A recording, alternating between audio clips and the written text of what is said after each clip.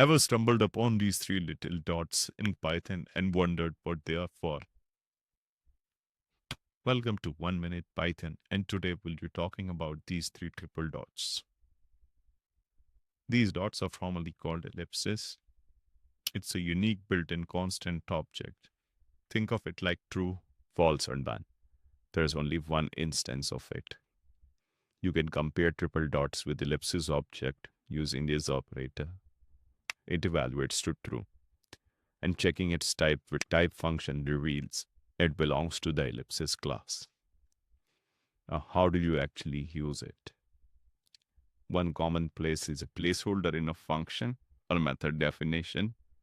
It is used to create empty blocks, similar to pass keyword. Using ellipses can sometimes serve as a more explicit signal that real code implementation is pending here. It's especially useful in stubs or abstract methods. Ellipses are also used in type hinting. In the first example, ellipsis acts as a wildcard for arguments. It signifies a callable that can accept any number or type of parameters. Similarly, it's used with generic types like tuples. In the second example, it defines a tuple that must start with an integer but can then be followed by any number of additional integers.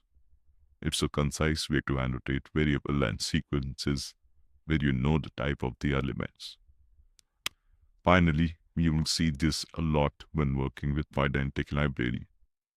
When defining fields or parameters using ellipses, tells the library that this field or parameter is mandatory. It must be provided when creating an object. This is the same as assigning ellipses to default parameter. Internally, pydantic checks if default value is the ellipsis object, and if so, they mount the field as required. That's all for the ellipsis. Thanks for watching.